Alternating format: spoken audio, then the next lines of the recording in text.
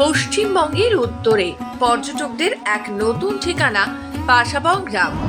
উত্তরবঙ্গের আনাচে কানাচে ঘুরে বেড়াচ্ছি আমরা, আর এই মুহূর্তে আমরা রয়েছি কালিম্পং শহর থেকে বেশ খানিকটা দূরে পাসাবং নদীর তীরে, এবং পাসাবং নদীর তীরে অসাধারণ এক রিসর্ট, এবং সেই রিসর্টে আমরা এই মুহূর্তে আজকে থাকবো। এবং এখানকার যে ঠান্ডা পরিবেশ, এখানকার যে তৃপ্তি, একটা মনোরম পরিবেশের মধ্যে পাহাড়ে ঘেরা চারিপাশের বেষ্টিত সেই নদীর তীরে একটা রাত্রি কিন্তু উদযাপন করতেই পারেন আপনারা পাসাবংয়ে।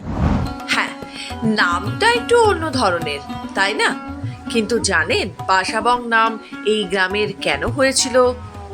এলাকার বয়স্ক মানুষদের কথা অনুসারে এই অঞ্চল একেবারেই নেওরা ভ্যালি জাতীয় উদ্যানের সাথে লাগোয়া গ্রাম, এবং এই অঞ্চলে লেপচা সম্প্রদায়ের মানুষ বসতি অনেকটাই। তাই এক সময় লেপচা ভাষার চলন অনেকটাই ছিল ও আছে, এবং এলাকার নামকরণগুলো লেপচা ভাষাতেই হতো। তাই এলাকার নামকরণ লেপচা ভাষাকে সামনে রেখে করেছিলেন এখানকার স্থানীয় মানুষেরা। আপনি যদি মনে করেন তাহলে সেক্ষেত্রে নদীর পথে হাঁটার অভিজ্ঞতা এবং পাহাড়ি পাকদণ্ডী রাস্তায় হাঁটাচলা করে শরীরে ফুসফুসের মধ্যে অফুরন্ত অক্সিজেন ভরে সবল ও তাজা করতে হলে চলে আসুন প্রকৃতির কোলে অবস্থিত পাসাবং গ্রামে। আর তার চেয়েও বড় কথা, এখানে যে থাকবার যে জায়গাটি রয়েছে সেই জায়গাটির নাম পাসাবং চারটি হোমস্টে। এই হোমস্টেটি একেবারে পাহাড় এবং সমতলের বেকার যুবক যুবতীদের সমন্বয় করা এই প্রকল্প। পরিবর্তে তুলে দিন ওদের হাতে কিছু অর্থ, যাতে তারা জীবনে আর্থিকভাবে নিজেদের পায়ে দাঁড়াতে সক্ষম হন। তাই পর্যটকের জন্য যে সমস্ত পর্যটন স্থল রয়েছে যার সাথে এই জায়গার তুলনা করা অবাস্তব, কারণ কটেজটি একেবারেই নতুন ডিজাইনে তৈরি এবং সুন্দরভাবে সুসজ্জিত রয়েছে।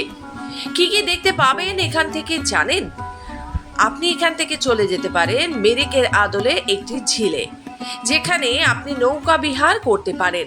পাশাপাশি এখান থেকে আপনি ঘুরে আসতে পারেন পাহাড়ি গ্রাম ডাবলিং, কাফের গ্রাম সহ সিংজি, সামথার, চারকোল, পানবু। পাশাপাশি রয়েছে লাভা, রিসফ ও কোলখাম।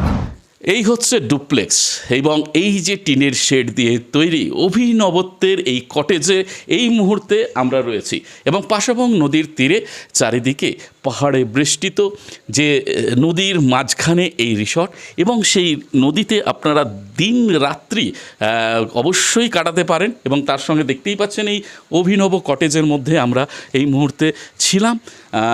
এই যে কটেজ এবং তার চারিপাশের যে সিন, যা দৃশ্য, তা কিন্তু দিনভর আপনারা কাটাতে কাটাতে আপনাদের সময় পেরিয়ে যাবে। তীব্র তাপদাহ থেকে বাঁচতে, দক্ষিণবঙ্গের তীব্র তাপদাহ থেকে বাঁচতে এই গরমে এক টুকরো শান্তি পেতে, এক টুকরো ঠান্ডা পেতে অবশ্যই আসতে পারেন কালিম্পংয়ের খুব কাছে পাসাবং নদীর তীরে এই রিসর্টে।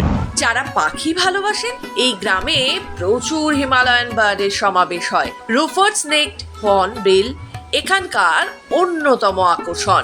এই হোমস্টেতে পরিবেশনায় রয়েছে রোশন পূর্ণ সহ গ্রামের ছেলেমেয়েরা। তাই পরিষেবার দিক থেকে কোনো মতে খামতি তারা রাখতে চায় না, কারণ আর্থিকভাবে সচ্ছল হওয়াই তাদের স্বপ্ন। তাদের এই কর্মজীবনকে আরো বেশি উজ্জীবিত করেছে। তাই কর্মকে তাদের জীবনের আদর্শ ও সার্থকতার পথ ধরে পর্যটনের মানচিত্রে এগোতে চায় এলাকার ছেলে ও মেয়েরা। সে না হয় রইল এতক্ষণ ধরে কথা। এই পাসাবংয়ে পৌঁছতে গেলে আপনি কি করে পৌঁছবেন? এখানে যাওয়ার দুটি রাস্তা আছে। নিউমাল থেকে গরুবাথান হয়ে চেল নদীর পিকনিক স্পট হয়ে ঝান্ডি যাওয়ার পথে সন্তালি গ্রাম হয়ে সোজা স্যাম্বিয়াং চা বাগানের কাছে নিম গ্রাম পঞ্চায়েত অফিস পাশ দিয়ে রাস্তা চলে গেছে গীত খোলার দিকে। একটু এগিয়ে পাসাবং চারটি হোমস্টে, অর্থাৎ এনজিপি থেকে ডামডিং হয়ে লাভা যাওয়ার পথ ধরে লোলেগাঁও যাওয়ার রাস্তায় গীত কোলবং রাস্তা দিয়ে পাসাবং যাওয়ার রাস্তা খুব সহজেই পাওয়া যায়।